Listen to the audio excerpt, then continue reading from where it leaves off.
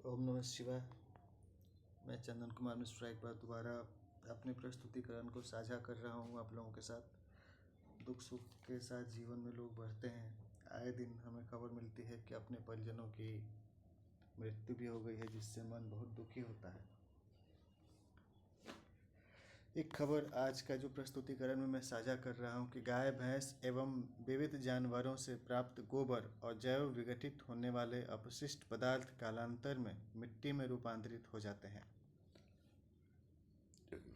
पहाड़ी, रेगिस्तानी और भू अपरदन से प्रभावित मिट्टी विहीन क्षेत्रों जैसे लद्दाख और थार रेगिस्तान, राजस्थान, सहारा रेगिस्तान एवं अन्य बंजर भूमि और अपरदन प्रभावित क्षेत्रों में उनके सतही क्षेत्रफल के अनुपात में 10 से 15 इंच या अधिक आयतन की मात्रा में उपलब्ध जमीन की ऊपरी सतह पर गोबर भराई करके मृदा संवर्धन और कृषि उत्पादकता को प्रारंभ किया जा सकता है। इसके लिए भारत के विविध क्षेत्रों से गोबर और जैव विघटित होने वाले कूड़ा कचरों को स्थानीय पंचायती राज्य संगठन एवं नगरपालिका के सौजन्य से खरीद कर कराकर और एकत्र करके जलीय, स्थलीय, रेल और वायु परिवहन माध्यम से लक्षित क्षेत्रों में भू सतही छिड़काव किया जा सकता है। सरकारी निकायों द्वारा स्वयं या संविदा पर कार्य आवंटित संगठनों द्वारा इस मिट्टी उत्पादन और भू संरक्षण एवं संवर्धन के कार्यों को निष्पादित किया जा सकता है। जलवायु परिवर्तन के सापेक्ष में मृदा अपरदन, भूस्खलन ऐसी परिस्थितियों को ध्यान में रखते हुए भू पुनर्भरण के लिए ऐसे कार्यक्रम किए जा सकते हैं। संकल्पना प्रस्तुति द्वारा चंदन कुमार मिश्र, तनाव प्रबंधन सलाहकार।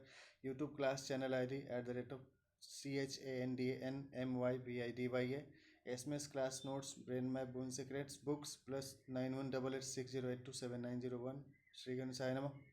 प्रश्न है, राष्ट्रीय और वैश्विक जांच एजेंसियों के साझे अभ्यास से पता लगाया जाना चाहिए कि कहीं राजनीतिक इतिहास को दोहराने की नीयत से तो किसी अंतर्राष्ट्रीय स्तर पर सशक्त और संगठित अपराधी समूह द्वारा 2020 में वैश्विक महामारी की अफवाह तो नहीं फैलाई गई थी, क्योंकि इससे आधुनिक वैश्विक इतिहास के किसी घटनाओं के कालक्रम 1919 से 2019, 1920 से 2020, 1921 2021, 1922 से 2022, 1923 से 2023, 1924 से 2024 के दोहराने के भी संदेहास्पद संकेत मिलते हैं। यदि इसी तरह से आगे भी संदिग्ध होगा ऐसा घटनाक्रम तो इसके लिए जांच होनी चाहिए। क्या कालक्रम को दोहराने की संदिग्धता के भी संकेत प्राप्त किए जा सकते हैं? क्वेश्चन है, consolidated investigation of national and international investigation agencies should detect and investigate the clues and interferences of false declaration of global corona pandemic in 2020 on the verge of repetition of the historical chronology of events by any internationally organized and empowered organized criminal group, as the word corona also resembles with chronology. Were there any clues of resemblance of sequence of activities, as it shows symmetry of chronology as 1919 to 2019, 1920 to 2020, 1921 to 2021, 1922 to 2022, 1923 to 2023, 1924 to 2024 and so onwards. प्रश्न है, किसी भी प्रकार की वाचिक, मुद्रित या लिखित प्रश्नों का उत्तर या गद्यांश की व्याख्या भी वाचिक, मुद्रित या लिखित तौर पर ही किया जाना चाहिए, क्योंकि उपरोक्त तार्किक विश्लेषण की उपयोगिता और प्रासंगिकता की गहन समीक्षा करें। Question, any kind of answer to any verbal, typed or printed questions and or explanations, interpretations should only be performed by either of verbal, printed or written format only. Critically analyze the utility and relevancy of above mentioned logical argument. एक कथन है, किसी भी सभा या समिति में उस सभा या समिति की तय दिनों के लिए नियोजित बैठकों की चर्चा हेतु चयनित विषयों को एजेंडा पत्र द्वारा उक्त सभा या समिति की कार्यवाही के दौरान प्रस्तुतकर्ता द्वारा प्रस्तुत विषय वस्तु की प्रतिभागियों द्वारा समीक्षा हेतु नियत किया जाता है। ख, उस दिन चर्चा हेतु प्रस्तुत एजेंडा में शामिल विषयों को दैनिक तौर पर उपस्थिति, पंजीकरण सत्र और प्रार्थना सत्र के बाद उस दिन के लिए उपस्थित सदस्यों के समक्ष चर्चा हेतु प्रस्तुत करने हेतु सहमति के लिए सभा के अध्यक्ष के समक्ष प्रस्तावक प्रस्तुत करते हैं। ग चर्चा हेतु प्रस्तुत एजेंडा में शामिल विषय वस्तुओं में यदि जिस किसी विषय वस्तु की प्रस्तुति पर अधिकांश सदस्यों की आपत्ति होती है तो सभा अध्यक्ष द्वारा प्रस्तुत एजेंडा में संशोधन करके या टिप्पणी द्वारा उस विषय को बाद में चर्चा हेतु चिन्हित करके सभा या समिति की नियमित कार्यवाही सुचारू तौर से चलाई जाती है। उपरोक्त कथनों की सत्यता की जांच करें। जांच से प्राप्त निष्कर्ष की व्याख्या करते हुए प्रस्तुत मानक क्रियान्वयन प्रक्रिया स्टैंडर्ड ऑपरेशन प्रोसीड्यूर की प्रासंगिकता और उपयोगिता की उदाहरण द्वारा व्याख्या करें। नंदिनी और कपिला गाय की पुरातन कहानी है कि आश्रम में इनके व्यापक स्तर पर शोध और अनुसंधान द्वारा भोजन प्राप्त होता था। गाय ने दूध दिया, दूध से खाने योग्य दुग्ध उत्पाद बने। गाय ने गोबर दिया, गोबर से गोईठा उपला बना। उपला के ईंधन से खाना पकाया जाता था। जला हुआ गोबर के उपला से प्राप्त राख उर्वर कुछ समय बाद मिट्टी बन जाती है। इसके अलावा मिट्टी बनाने का और क्या उपाय है, इस पर शोध किया जाना चाहिए। कृष्ण लीला में भी गोवर्धन पर्वत की कहानी है। गोबर प्लस धन बराबर गोवर्धन। गोकुल में व्यापक स्तर पर गोपालन होने से दूध के साथ गोबर का टीला पहाड़ बन जाता था, जो ईंधन उत्पाद उपयोग के बाद राख और फिर उर्वर मिट्टी बन जाती थी। मिट्टी के क्षेत्रफल का विस्तार हुआ। तो हर गोबर कहाँ है? इस वाक्य को जल्दी जल्दी बोलो तो शायद द्वारका की धुन मिलेगी। गंगा गोमुखी से निकलती हैं, यानी कृष्ण के राज में मिट्टी का इतना बहुत विस्तार हुआ कि बंजर रेगिस्तानी गुजराती भाग में द्वारका नगरी बन गया। गोबर जो आती तो मिट्टी बन जाती, संभवतः गुजराती शब्द का फॉर्मूला है। मिट्टी बन जाती तो खेत उर्वर हो जाते, खेत उर्वर हो जाते तो कृषि होता, कृषि होता तो फसलों का उत्पादन होता। आगामी स्वतंत्रता दिवस, रक्षाबंधन और कृष्णाष्टमी की बधाई है। जिस प्रकार से IVF इन विट्रो फर्टिलाइजेशन द्वारा निसंतान दंपतियों को संतति की प्राप्ति हो रही है, इसी प्रकार से यदि दूध देने वाले पशुओं जैसे गाय की IVF और पशु जैव प्रौद्योगिकी द्वारा विकास करने के विकल्पों पर भी शोध किया जाना चाहिए।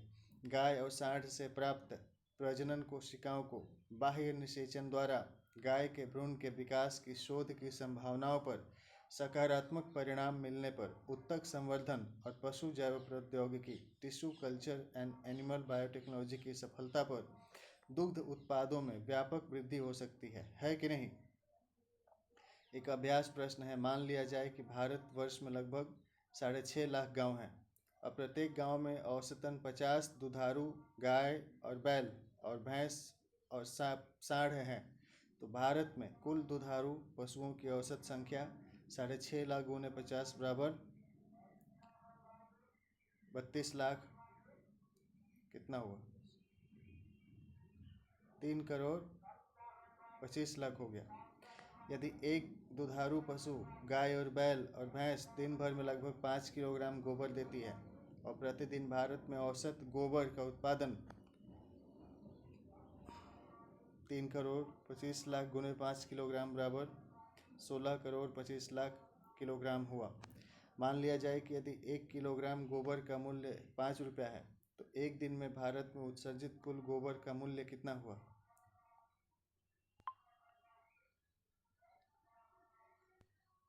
81 करोड़ 25 लाख।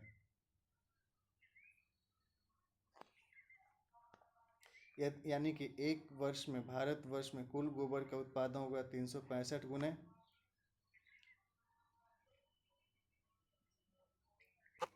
16 करोड़ 25 लाख किलोग्राम हुआ।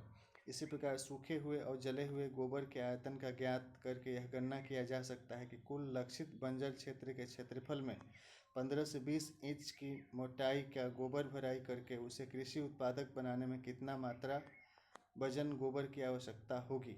उस मात्रा में गोबर खरीद की लागत, मूल्य, कर, परिवहन खर्च और मानव श्रम खर्च को जोड़कर इस हरित क्षेत्र विकास परियोजना की लागत बजट ज्ञात की जा सकती है। टिप्स है। Reference based leading the discussion assures continuity of administration, management and governance. मानव शरीर की क्षमता और जैविक प्रक्रिया को ध्यान में रखते हुए सुरक्षा सेवाओं की परिभाषा और व्याख्या का विस्तार किया जाना चाहिए। सुरक्षा अर्थात किसी भी प्रकार की खतरे की संभावना से ग्रस्त या दुख देने वाली शाब्दिक दुत्कार, प्राकृतिक आपदा, जीवन यापन में आने वाली चुनौतियों से संघर्ष करने में सहयोग करके जीवन की सुरक्षा, दुर्घटना पीड़ितों की सुरक्षा और किसी अन्य जानवर या व्यक्ति द्वारा किसी व्यक्ति के प्रति किए जाने वाले शारीरिक हिंसक स्थिति से पीड़ित व्यक्ति को बचाना है। अधिकांश स्थिति में सुरक्षा सेवाओं के लिए आवेदन पत्र जमा करने वाले अपीलकर्ता को ही आवेदन में वर्णित परिस्थितियों के आलोक में सुरक्षा बलों की सानिध्य सेवा प्रदान की जाती है। इस आधार पर 100 में से 90% स्थिति में जोखिमग्रस्त पीड़ित व्यक्ति और आम आदमियों के साथ ही पुलिस, सेना एवं अन्य सुरक्षा बलों की नियुक्ति की जाती है। हालांकि अपराधियों पर कानूनी कार्रवाई करते हुए भी सुरक्षा बलों को देखा जा सकता है। उपरोक्त भिन्नता को ध्यान में रखते हुए सुरक्षा बलों के साथ रहने वाले सामान्य जनता के साथ आम तौर पर छुआछूत और सामाजिक तिरस्कार, अलगाव या भेदभाव का व्यवहार नहीं किया जाना चाहिए। सुरक्षा सेवाओं के दायरे की व्याख्या की जानी चाहिए। किसी भी प्रकार से यदि पृथ्वी पर जीवन के अस्तित्व को बनाए रखने के लिए प्रयास किए जा रहे हैं तो उन सभी प्रकार की सेवाओं का उद्देश्य प्रकृति, पर्यावरण, जैव विविधता एवं मानव समाज के मानवाधिकारों की सुरक्षा का ही ध्येय होता है। सुरक्षा सेवाओं के कई प्रकार हो सकते हैं और सुरक्षा कर्मियों की नियुक्ति विभिन्न प्रकार की सुरक्षा सेवाओं के लिए की जा सकती है। उदाहरण के लिए सुरक्षा सेवाओं के कुछ निम्नलिखित प्रकार हैं। पहला, शारीरिक सुरक्षा, कोई किसी के साथ मारपीट नहीं करे। स्वास्थ्य सुरक्षा, लोगों का स्वास्थ्य हर तरीके से सही हो, इसके लिए नियमित स्वास्थ्य जांच हो और उनका उपचार हो। मानसिक, भावनात्मक और मनोवैज्ञानिक सुरक्षा, अक्सर दुख के कारण लोग दुखी रहते हैं। आए दिन अपने पराये लोगों की दुखद मृत्यु की भी खबर आती है। ऐसे में भी सबको सुरक्षा देने की बात होती है। आर्थिक सुरक्षा है, सामाजिक सुरक्षा है, राजनीतिक सुरक्षा है, पर्यावरण सुरक्षा, खाद्य सुरक्षा, जल सुरक्षा, शुद्ध प्राण वायु की सुरक्षा, पृथ्वी सुरक्षा, भौगोलिक सीमा सुरक्षा, शिक्षा सुरक्षा, परिवहन सुरक्षा, आवासीय सुरक्षा, औद्योगिक सुरक्षा, वैज्ञानिक सुरक्षा, धार्मिक सुरक्षा, धार्मिक स्थलों, धार्मिक व्यवहार एवं रीति रिवाजों की सुरक्षा, जीवन सुरक्षा, आपदा सुरक्षा, राष्ट्रीय सुरक्षा, अंतर्राष्ट्रीय सुरक्षा, नागरिक सुरक्षा, प्रवासी सुरक्षा, बौद्धिक संपदा अधिकार की सुरक्षा। अन्य विशेषज्ञ भी इस विषय पर बता सकते हैं। उपरोक्त आलेख के संदर्भ में सुरक्षा सेवाओं की परिभाषा एवं व्याख्या का विस्तार करते हुए अधिक से अधिक संख्या में मानव संसाधन प्रबंधन की और नियुक्ति की चर्चा करें। ओम नमः शिवाय। श्री गणेशाय नमः। ओम नमः। आप अपने अपने भगवान भगवती का नाम लिखें, मंत्र लिखें। उदाहरण के लिए ओम प्लस नमः प्लस शिवाय बराबर ओम नमः शिवाय है। दुख सुख के लिए हुआ, हम जो लोग जाने अनजाने किसी कारण से काल कवलित हो गए हैं उन सब के लिए ईश्वर से प्रार्थना करते हैं कि भाई सभी की आत्मा को शांति हो और लोगों का जीवन बचा रहे, इसी भी ईश्वर से प्रार्थना है। ओम हम जूम शिवाम त्र्यंबकम यजामहे सुगंधि पुष्टिवर्धनम उर्वारुकमिव बद्धनाथ मृत्योर्मुक्तिमामृतात् शिवः जुम होम। ओम नमः शिवाय।